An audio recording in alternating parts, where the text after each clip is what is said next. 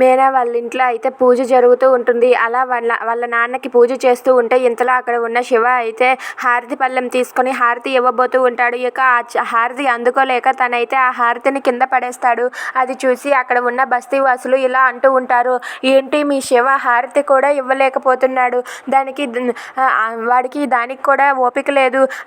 అయినా సరే మీ శివ చెయ్యి విరగ్గొట్టింది ఎవరో కాదు, తన బామ్మర్ది అయిన మీ అల్లుడు బాలు అంట కదా అని చెప్పి అంటూ ఉంటారు. అది వినగానే అక్కడ ఉన్న మీనా వాళ్ళైతే ఒక్కసారిగా షాక్ అయిపోతారు. ఇక అక్కడ ఉన్న బాలు అయితే మీనా వాళ్ళ ఇంటికి వస్తూ ఉంటాడు. అలా వస్తూ ఉండగా ఇంతలో అక్కడ ఉన్న మీనా వాళ్ళ అమ్మ ఇలా అంటూ ఉంటుంది, అసలు నా కొడుక్కి ఇలా చేయడానికి కారణం నా అల్లుడే ఇలా చేశాడంటే మేము తట్టుకోలేకపోతున్నాము. అలాంటి మూర్ఖుడితో ఇది అక్కడ కాపురం ఎలా చేస్తుందో ఏంటో అని చెప్పి ఆవిడైతే ఏడుస్తూ ఉంటుంది. ఇక అది వినగానే అక్కడ ఉన్న బాలు అయితే ఒక్కసారిగా షాక్ అయిపోతాడు. ఇక బాలు రావటంతో ఆ మాటలు విన్నాడని తెలిసి మీనా వాళ్ళ అమ్మ వాళ్ళు అయితే షాక్ అయ్యి అలా చూస్తూ ఉంటారు. ఇక బాలు లోపలికి వచ్చి మీనాతో ఇలా అంటూ ఉంటాడు, ఏంటి మీనా, నా గురించి మీ బస్తీ వాళ్ళందరినీ కూడా ఒక దగ్గర పోగేసి నా గురించి ఇలా చెడుగా మాట్లాడతారా, అసలు మీకు బుద్ధుందా అని చెప్పి అంటూ ఉంటాడు. అది వినగానే అక్కడ ఉన్న సుమిత్ర వాళ్ళు తలదించుకొని ఉంటారు.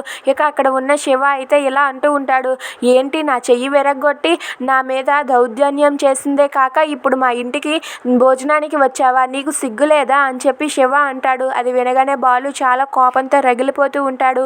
అలా బాలు చాలా కోపంతో రగిలిపోతూ ఉంటే శివ అనరాని మాటలన్నీ అంటూ ఉంటాడు. అది వినగానే మీనా అయితే ఒక్కసారిగా షాక్ అవుతుంది.